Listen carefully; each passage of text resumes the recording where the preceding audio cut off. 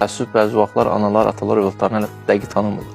Sən vaxt ayırmalısan övladıma, necə düşünür, fikirləri nədir, onun üçün prioritetlər nədir, ən mühüm mövzusu nədir, ən mühüm arzusu nədir onun, həyatının qayəsi nədir onun, bunları araşdırmalısan.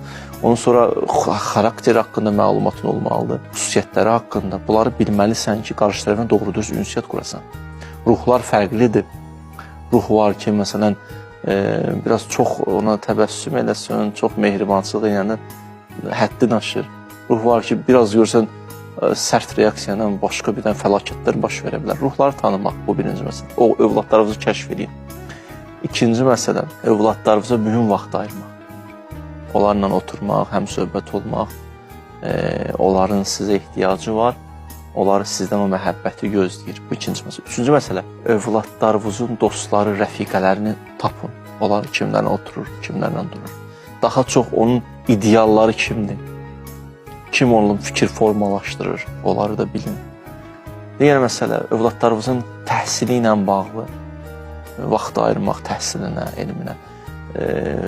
Beşinci məsələ, uşaqlarınıza fikir verin ki, sosial şəbəkələrdə daha çox nələrdən istifadə edir, daha çox daxil olduğu saytlar və nə ilə məşğuldur övladı.